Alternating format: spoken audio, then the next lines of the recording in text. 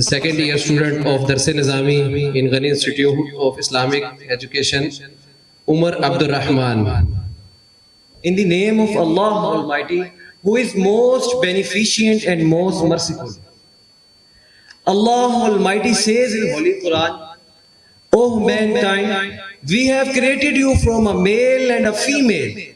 We have made you in nations and tribes that you may know one another.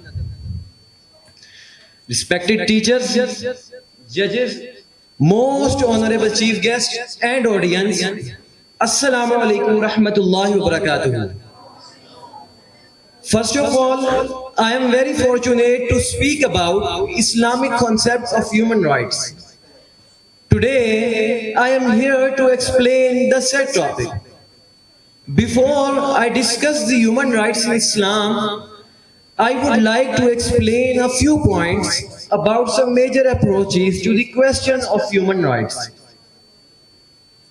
Respected teachers and worthy audience, I would like to clarify at the very outset is that when we speak of human rights in Islam, we really mean that these rights have been granted by Allah Almighty.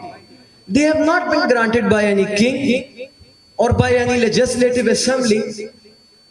Respected judges and good listeners, the rights granted by the kings or by legislative assemblies can also be withdrawn in the same manners which they are conferred.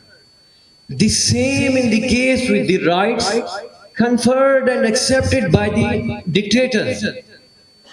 They can confer them when they want, and they can withdraw them when they wish, and they can openly violate them when they like. But since in Islam, human rights have been conferred by Allah Almighty, no legislative assembly or no king or queen in the whole world or any government on earth has the right or authority to do any amendment or change in the rights accepted by Allah Almighty. Mr. President, no one, I say no one has the right to abrogate them or withdraw them, nor they are the basic human rights which are conferred on paper for the sake of show and exhibition and denied in actual life when the show is over. Nor they are the philosophical concept which has no assumptions behind them. Respected teachers, judges and audience, with due respect, I beg to say, due to the shortage of time, I skim my speech with some valuable words about the clear-cut Islamic concept of human rights. That do all the good you can, do all the good you can, as long as ever you can, and to all the people you can.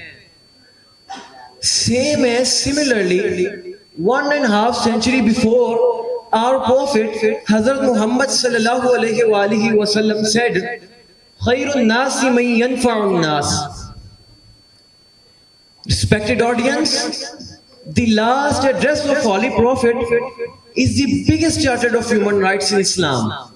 After that, no more in this respect. Thank you very much for peaceful listening.